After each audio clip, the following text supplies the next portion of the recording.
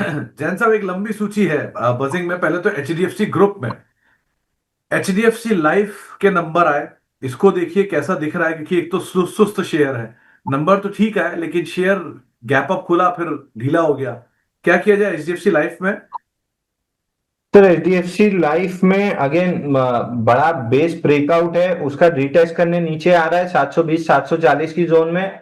अगर इसी lower volume से आया तो I would be a buyer, क्योंकि बड़े स्ट्रक्चर पे बड़ा ब्रेकआउट है। 1000 1100 रुपए स्टॉक जा सकता है। बट अगेन याद रखिए कि ये ट्रेडर्स के लिए नहीं है, पूरा एचडीएफसी ग्रुप ही ट्रेडर्स के लिए नहीं है, ये इन्वेस्टर्स के लिए है।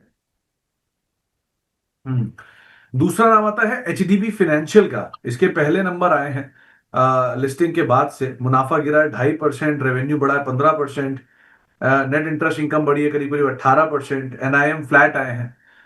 सो एचडीबी फाइनेंशियल को आप कैसे रीड कर रहे हो?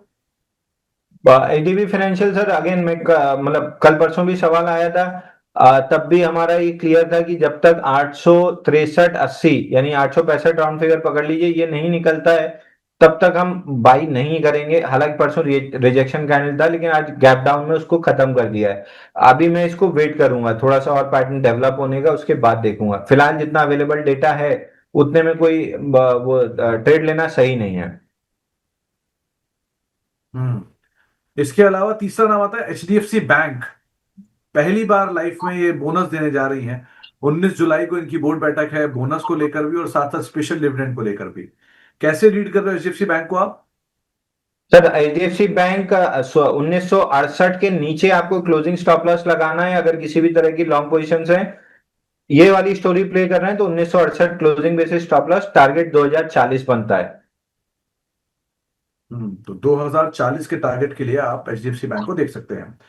एक जस्ट डायल को और देखिए, जहां पर मुनाफा 13% बढ़ा है, 160 करोड़ रुपए आया है। रेवेन्यू 6.5% बढ़ा है, 298 करोड़ रुपए है। और EBITDA 7.5% बढ़ा है, 86 करोड़ रुपए है। मार्जिन भी स्लाइटली बेटर है। क्या किया जाए जस्ट डायल में? जस्ट डायल में कंटिन्यूस सेलिंग प्रेशर बना हुआ है सर, अभी डाउन साइड ही दिख रहा है। बट जब तक 860 855 860 की जोन होल्ड है, स्टॉक साइडवेज जोन में बना रहेगा। चूंकि रेंज का अपर एंड रिजेक्ट हुआ है 955 का, तो एक बार 970 870 865 की जोन टेस्ट हो सकती है। बट मोस्ट लाइकली जिस आपका चार्ट पैटर्न है, ये जोन होल्ड होने की उम्मीद दिख रही है। तो ट्रेड कुछ नहीं बन रहा है, रेंज बनी हुई है, रेंज का अपर एंड रिजेक्ट हुआ है, लोअर एंड आ सकता है। इसके अलावा एक जीटीपीएल हैथवे को देखिए। कम चर्चा में रहता है ये स्टॉक। मुनाफा करीब 70% बढ़ा है, रेवेन्यू 5% बढ़ा है, EBITDA 8.5% बढ़ा है और मार्जिन भी 16.5% आए हैं। ये रिलायंस समूह से रिलेटेड जितनी कंपनियां, चाहे जस्ट डायल हो, नेटवर्क 18 हो, जीटीपीएल हैथवे हो, क्या किया जाए इनमें?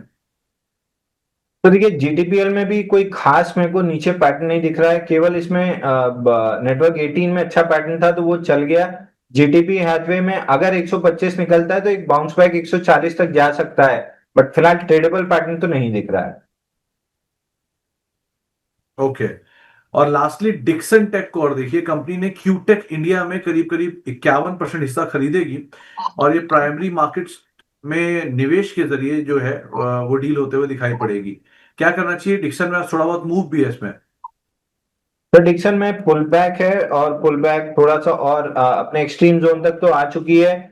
थोड़े और स्ट्रेच की तो 17,050 तक का एग्जैक्ट प्रिसाइज लेवल बता दे रहा हूँ, 17,025 तक ऊपर आ सकता है। But I am a seller on rallies. इस काउंटर में मेरे को 10,600 रुपए आते हुए दिख रहा है। ओके, 10,600 तक आता हुआ दिखाई पड़ रहा है डिक्सन टेक। उस लिहाज से आप नजर रखिएगा। तो ये सारी खबरें, ट्रिगर, मोमेंटम जिसके ऊपर बातचीत कर रहे थे, बजिंग स्टॉक को नहीं समेटते हैं।